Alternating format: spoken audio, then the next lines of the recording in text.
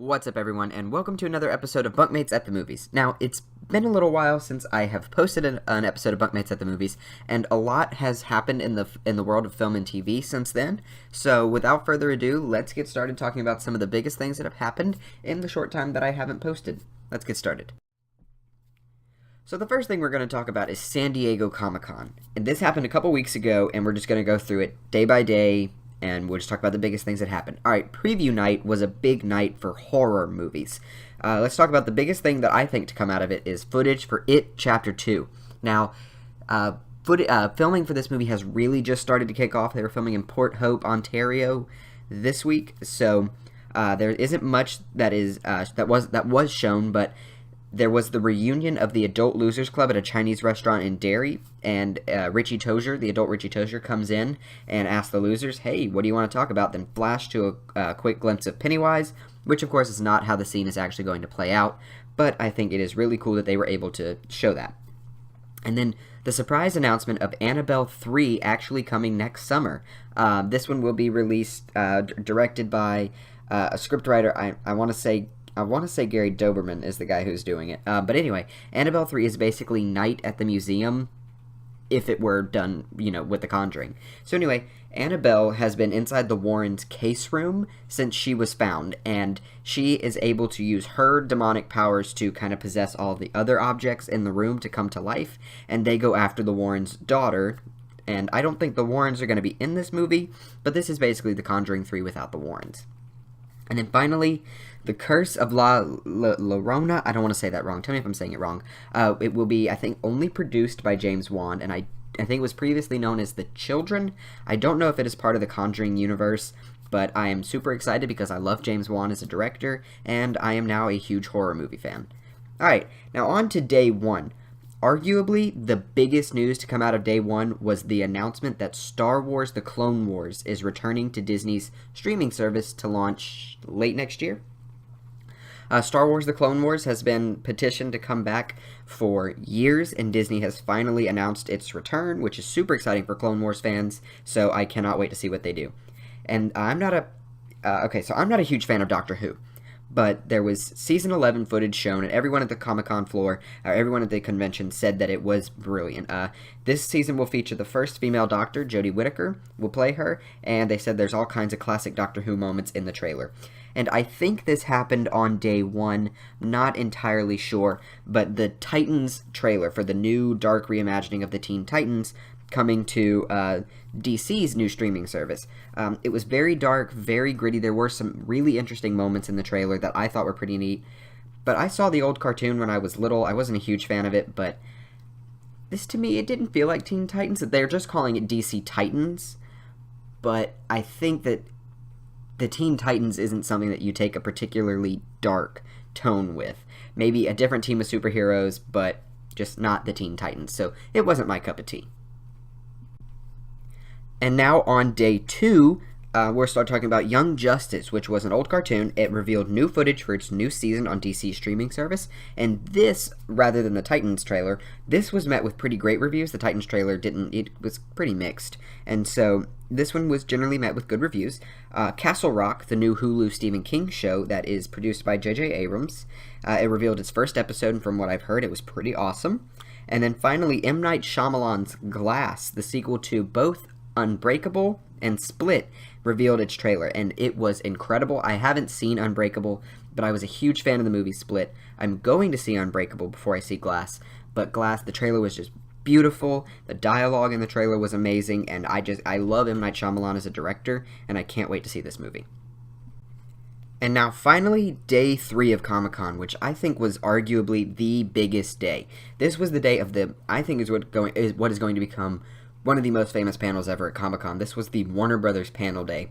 And they started out with The Crimes of Grindelwald, the new Wizarding World story. It's the sequel to Fantastic Beasts and Where to Find Them. I'm a huge Harry Potter fan. Huge Potterhead, read all the books, seen all the movies. So I can't wait for this movie. But it revealed a new trailer that is jam-packed with little Easter eggs for fans and great new moments for fans, maybe people coming in. It's a really enticing trailer, and it was met with great success. Now, what wasn't met with such great success was the appearance of Johnny Depp as Grindelwald on the convention floor. They had what Disney did years ago with Loki, who appeared, I think, for the Avengers. He appeared in full costume and did a Loki monologue. Johnny Depp did the same thing as Gellert Grindelwald, his role as the villain in the new Fantastic Beasts film. From what I've heard, there were boos from across the convention floor, and it wasn't very good, but some people did enjoy it. I enjoyed it myself. He came out and did a little speech as Grindelwald, full costume, Elder Wand in hand. I thought it was pretty neat, but with everything that's surrounded Johnny Depp, I fully understand why people wouldn't be happy about seeing him on stage. And then Warner Brothers then premiered the trailer for Aquaman, the new DC superhero movie starring Jason Momoa, directed by James Wan. This the underwater sequences featuring Atlantis, the looks of the costumes and the powers for these superheroes. It was incredible, and I think it's going to be well worth the wait once we see this movie. This is DC's only movie of the year, which I think is a good move for them, focusing on one story at a time. So I think this is going to work out. And then they premiered the Shazam trailer. Now, Shazam is another DC superhero movie set inside this newly christened Worlds of DC. Previously, we called it the DCEU, but it is now the Worlds of DC. And Shazam is basically Big for superheroes. Big was a movie with Tom Hanks where a little kid became a grown-up and got to experience what that was like. But instead, in this movie, a little boy named, not a little boy, he's a teenager named Billy Batson gets these powers, and he becomes this huge superhero only by saying the word Shazam. And then he becomes a hero. And training him to become a hero is his new foster brother / best friend, Freddie Freeman, who is a huge superhero fan. And I think this is a new direction for DC, and this movie's going to be amazing. The whole new direction for DC is going to be amazing. And I also think that the cast for Shazam is amazing. The director, it is directed by David F. Sandberg.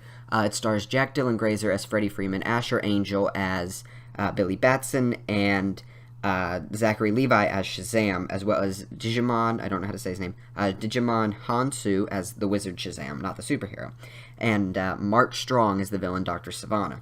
So I think this movie is going to be amazing, and speaking of the new direction for DC, Wonder Woman 1984 revealed new footage. It was called Amazing. It's got a lighter tone than previous DC movies, and they said it's basically like reinventing, it's its own 80s movie.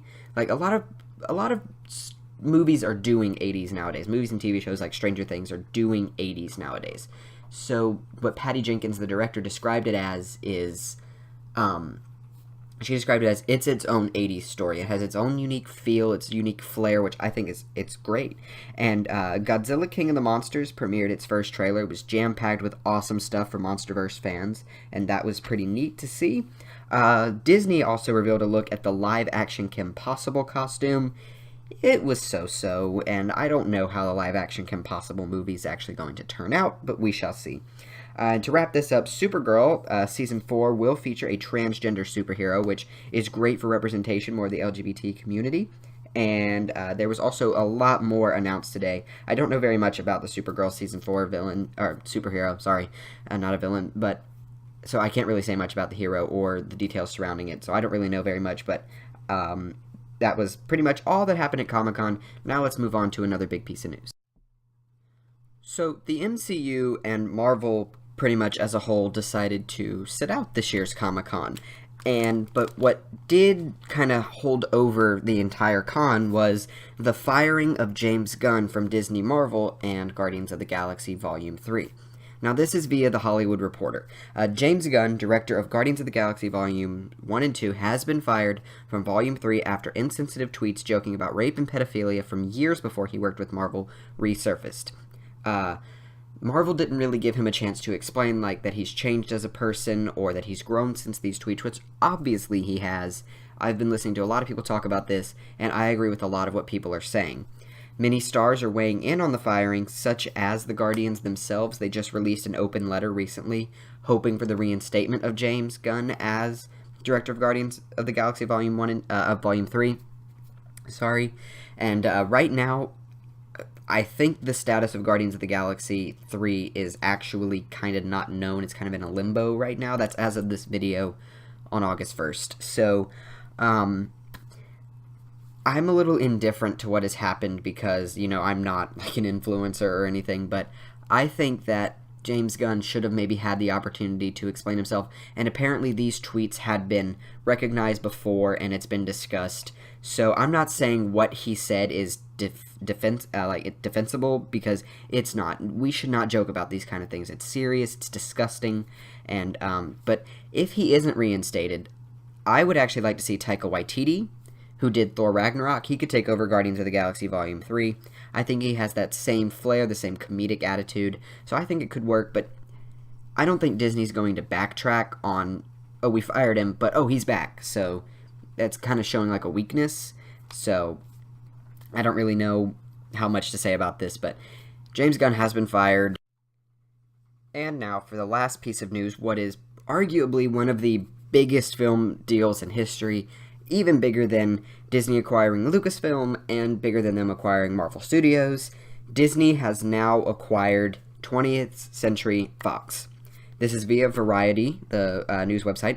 The merger between 20th Century Fox and the Walt Disney Company has been approved. This was first, I think, approached back in December when Disney spent like $22 billion to get it. Now Disney has spent $71.3 billion to buy Fox. For a while, they were in a bidding war with Comcast, who owns Universal, over the rights to Fox, because Fox is wanting to sell out. And so Disney, the merger is expected to be complete by the first half of 2019, because, you know, they still have to go through legal stuff and figuring out what all can go where and stuff. Now, this is via the New York Times. Disney will actually get more TV production and a controlling interest in Hulu. Now, this is very interesting that Disney's going to get a controlling interest in Hulu, because Disney is launching their own streaming service next year. So what they could easily do would be to rebrand Hulu, keep everything on Hulu as like a separate banner, and use like Fox, and they could use Fox actually to produce more maybe adult content for TV and movie theaters.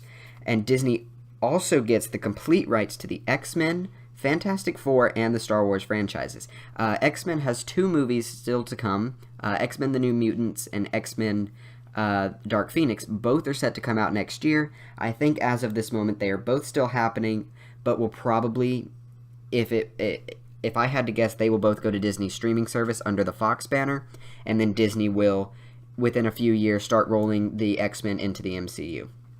And Fantastic Four will be the same way, even though they don't have a movie planned right now. The Fantastic Four will also be a slow roll into the MCU. And now that they have complete control of the Star Wars franchises, they don't have to share. They can focus on maybe using those older franchises in their parks. They don't just have to focus on their new saga, the new trilogy, and the new spinoffs that they're doing. They now also own the Avatar franchise, which has 4 sequels coming, and Disney also has a theme park in the has a section of their Animal Kingdom theme park dedicated to it. This is a huge deal for Disney and for movie fans, and I absolutely cannot wait to see what Disney does with Fox's assets and how all of this works out. And that is all the movie news I have for today, so thank you so much for watching. Be sure to subscribe down below, check out my second channel, which is also down below, and follow us on Instagram. Be sure to stick around for more short films coming and more movie news episodes, and thank you so much for watching again. Hasta la bye-bye, Bunkmates.